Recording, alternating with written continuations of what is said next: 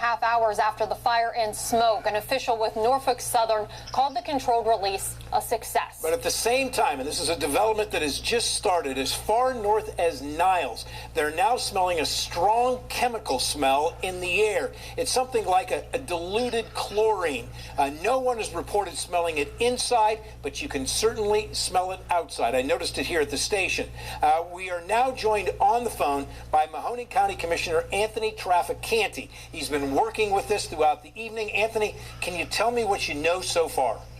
Yeah, good evening, Stan, and good evening, Lindsay.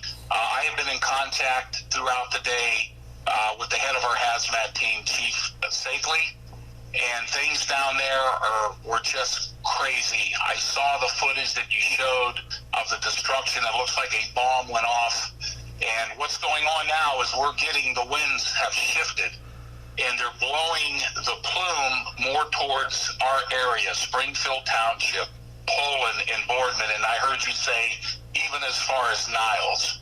So this thing is not going away as of yet, and it's very toxic. What are you advising people to do?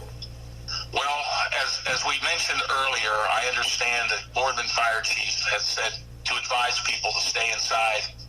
I would advise also, until we can get a grip on this, find out what our professionals and our safety services on the ground know about how the winds have shifted and where this plume of poison is going to end up. Is it going to blow away?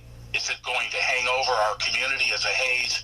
We don't know these things, but if people have lung issues, my advice would be to stay in until we get further notice. So at this point, it's an advisory to shelter in place, not an order to shelter in place, correct?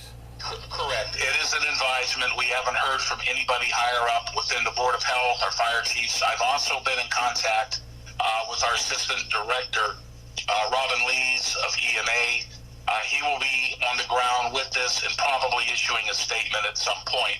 But right now, this is an advisement, and I agree with what the fire chief of Boardman is saying. All right, Anthony Traficanti, we sure do appreciate joining us tonight to keeping us updating on this another development from this situation in East Palestine. Thanks.